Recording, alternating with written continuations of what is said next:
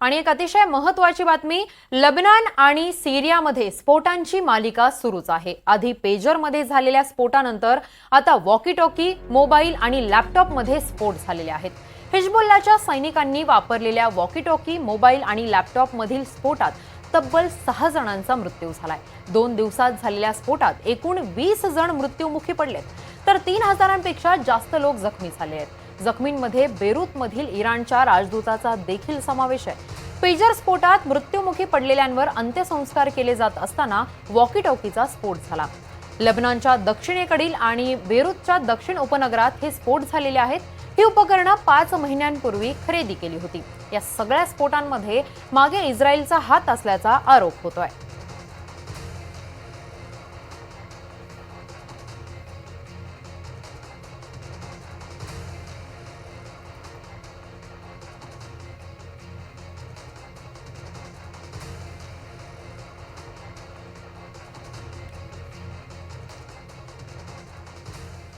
आणि या संदर्भात अधिकची बातचीत करण्यासाठी आपल्यासोबत लेफ्टनंट कर्नल सतीश ढगे आपल्यासोबत आहेत। सतीशजी, तुमचं प्रथम एनडीटीव्ही मराठीमध्ये खूप खूप स्वागत आहे। लेबननमध्ये नेमकं काय घडतंय, हा सगळा घडलेला प्रकार सविस्तर सांगा।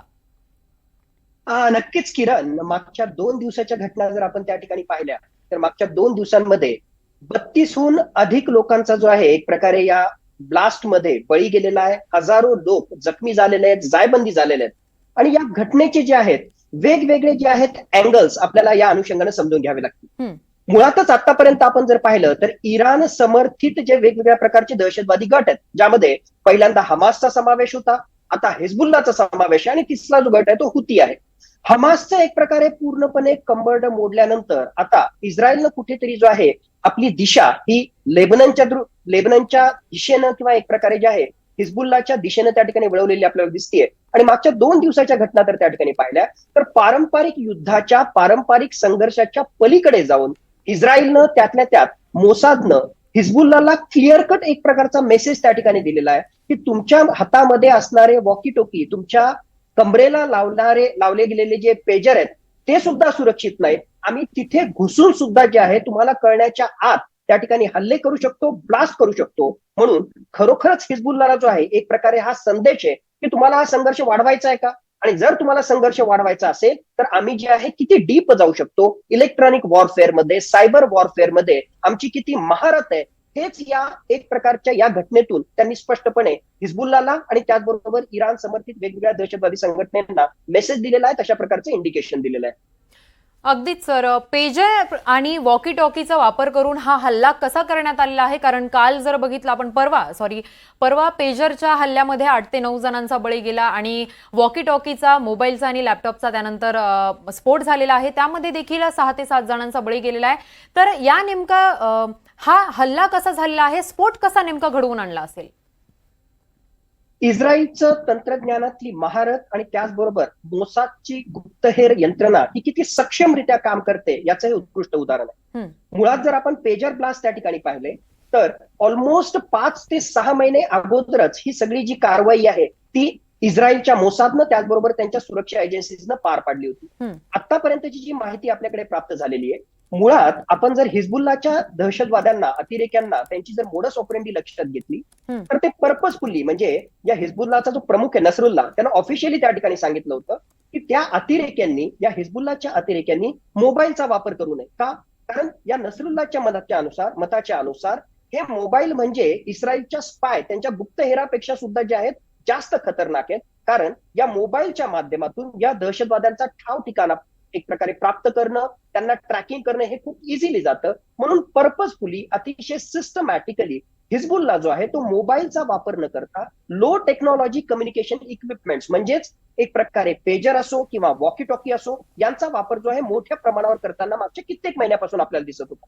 हेच नेमकं हेरून इस्रायलचं मोसाद त्याच्या एक स्टेप पुढे गेलं आणि त्यांनी त्या ठिकाणी पाहिलं की हे जे पेजर आहेत, या पेजर मधल्या ज्या बॅटरीज आहेत, नेमकी याची सप्लाय लाईन कुठून कुठून जाते।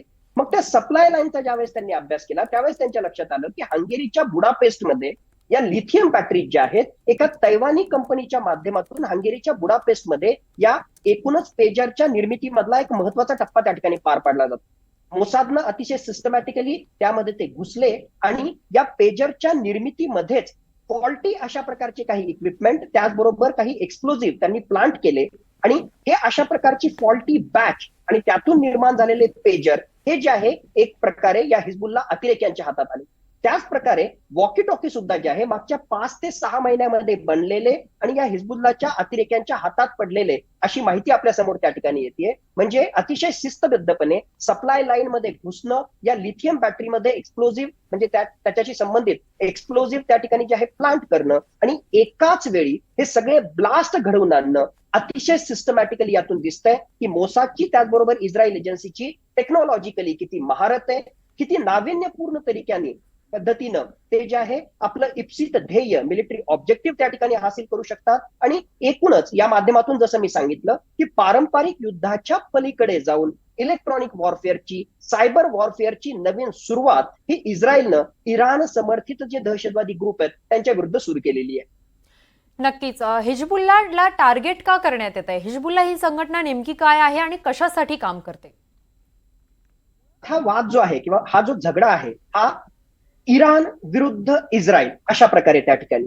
मग आपण जर त्या ठिकाणी पाहिलं तर इराण जो आहे त्याच्या प्रॉक्सी ऑर्गनायझेशनच्या माध्यमातून म्हणजे एक प्रकारे जे आहे छुप्या पद्धतीनं आतापर्यंत हमासला त्या ठिकाणी पाठिंबा देतोय, दुसरा एच म्हणजे हिजबुल्ला आणि तिसरा एच म्हणजे हुती, 3H याच्या माध्यमातून इराण जो आहे तो इस्रायल विरुद्ध आतापर्यंत संघर्ष करत आलेला आहे. आपल्याला जसं माहित आहे की मागच्या वर्षीच्या ऑक्टोबरमध्ये हल्ला झाला हमासतर्फे इस्रायलमध्ये आणि त्याच्यानंतर इस्रायलनं जे आहे फुल ऑफेन्सिव्ह हमासच्या विरुद्ध त्या ठिकाणी लादलं आणि त्यातून एक प्रकारे जे आहे हमासचे जे हायर एक प्रकारे इशिलॉन आहे किंवा ज्याला आपण म्हणू की एक प्रकारचे त्यांचे जे हायर लिडरशिप आहे, हायर एक प्रकारचे त्यांचे जे नेतृत्व आहे त्याचा पूर्ण खात्मा करण्यामध्ये इस्रायलला यश मिळालं आणि हमासचं जे आहे टेररिस्ट इन्फ्रास्ट्रक्चर पूर्णतः त्यांनी जे आहे नेस्तनाबूत केलं.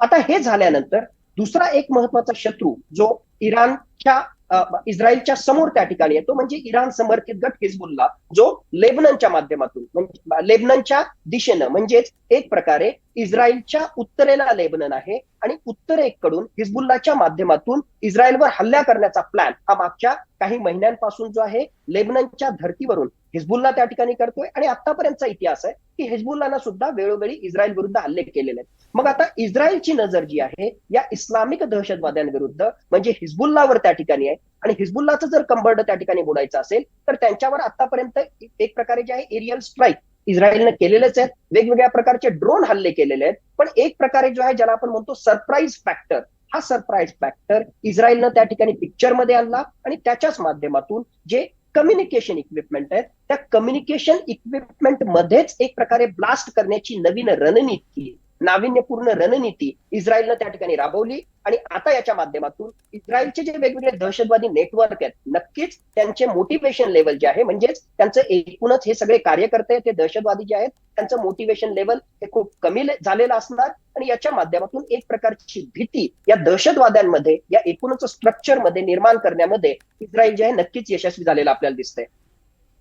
नक्कीच. आपण जर पाहिलं तर हिजबुल्लाचे जेवढे सदस्य आहेत रोज अनेक स्फोट होत आहेत, अनेकांचे बळी जात आहेत. हिजबुल्ला संघटना अर्थातच दहशतवादी संघटना देखील म्हटली जाते. आंतरराष्ट्रीय पातळीवरही हिजबुल्ला ही दहशतवादी संघटना म्हणून ओळखली जाते. तर इस्रायलला या म्हणजे हे जे सातत्याने हल्ले सुरू आहेत तर त्या सगळ्या सदस्यांचा खात्मा करूनच शांत बसायचं का? हे नेमके हल्ले कधी थांबणार आहेत? ऑक्टोबरमध्ये ज्यावेळेस इस्रायलवर हल्ले झाले होते, हमासनी ज्यावेळेस इस्रायलवर त्या ठिकाणी हल्ला केला, स्पष्टपणे बेंजामिन नेतन्याहू यांनी जी आहे एक भूमिका त्यांनी मांडली की आम्ही जे आहे फुल फ्लेज्ड ऑफेन्सिव्ह जाणार आहोत. कशा विरुद्ध? हा इस्लामिक दहशतवादाचं जे इन्फ्रास्ट्रक्चर आहे जे मुख्यतः गाझा पट्टीमधून इस्रायलच्या विरुद्ध त्या ठिकाणी काम केलं जातंय, त्याचबरोबर इस्लामिक दहशतवादाचा जिथून जिथून खतरा इस्रायलला निर्माण होईल या सगळ्या एक प्रकारे हा जो खतरा आहे, हा जो धोका आहे तो पूर्ण धोका जो आहे आम्ही नेस्तनाबूत केल्याशिवाय शांत बसणार नाही अशी भूमिका त्यांनी घेतली आणि म्हणून त्यांनी हमासचा जो आहे खात्मा केला. पण फक्त हमासचा खात्मा केल्यामुळे इस्रायलचा धोका त्या ठिकाणी टळला नाही. जसं मी सांगितलं की सेकंड एच हिजबुल्ला हे सुद्धा एक मोठा जो आहे खतरा इस्रायल समोर त्या ठिकाणी आणि थर्ड एच हुतीच्या माध्यमातून सुद्धा त्या ठिकाणी जो आहे हल्ले होत राहणार. हा झाला एक जो आहे सिक्युरिटी अँगलला आपण जो आहे याचं अनालिसिस करावं. पण याच्या पलीकडे जर आपण गेलो तर माझ्या मते यामध्ये पॉलिटिकल अँगल सुद्धा आहे, राजकीय सुद्धा भूमिका आपल्याला लक्षात घ्यावी लागेल. युद्ध, कुठल्याही देशामधलं युद्ध ही अशी परिस्थिती असते की त्या युद्धाच्या माध्यमातून तिथले जे सत्ताकर्ते असतात, तिथले जे सत्ताधीश असतात, त्यांना जे आहे आपला जम त्या ठिकाणी पक्का बनवता येतो. एक प्रकारे जे आहे त्यांची राजकीय सत्ता जी आहे त्यांना मजबूत त्या ठिकाणी करता येते. बेंजामिन नेतन्याहू यांच्या विरुद्ध, त्यांच्या सरकार विरुद्ध प्रचंड रोष आहे आज सुद्धा इस्रायलच्या जनतेमध्ये. पण जोपर्यंत युद्ध चालू राहील, जोपर्यंत अशा प्रकारची ऑफेन्सिव्ह भूमिका बेंजामिन नेतन्याहू घेत राहतील, तोपर्यंत ते इस्रायलचे सत्ताधीश राहतील, हेही तेवढंच खरंय. मग आता हमासचा पूर्णतः नेस्तनाबूत त्या ठिकाणी केल्यानंतर किंवा मेनली त्यांचं कंबरड मोडल्यानंतर आता कुठेतरी जे आहे तिथल्या जनतेलाही बेंजामिन नेतन्याहूला दाखवणं हे आवश्यक आहे की आता सुद्धा जो आहे इस्रायलचा खतरा त्या ठिकाणी टळलेला नाही. म्हणूनच आता त्यांनी त्यांची दिशा जी आहे ती लेबननच्या दिशेनं म्हणजे त्यांच्या उत्तरेला वळवलेली आहे आणि हिजबुल्ला विरुद्ध जे आहे आता ते अतिशय आक्रमक भूमिका घेताना दिसत आहेत. यांनी आक्रमण केलं तर नक्कीच हिजबुल्ला सुद्धा येणाऱ्या काळामध्ये जे आहे ऑफेन्सिव्ह अशा प्रकारचा त्यांचा स्टान्स असणार आहे.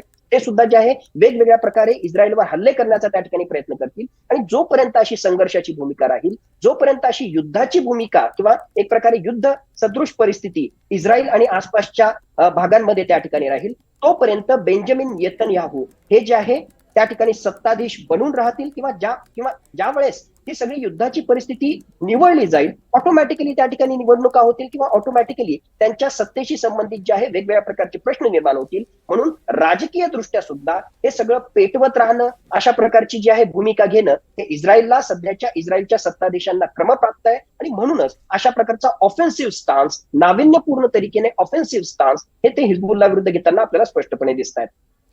नक्कीच सतीशजी, धन्यवाद. तुम्ही एनडीटीव्ही मराठीच्या प्रेक्षकांना हे सगळं प्रकरण अगदी सहज आणि सोप्या भाषेत समजावून सांगितलं त्यासाठी.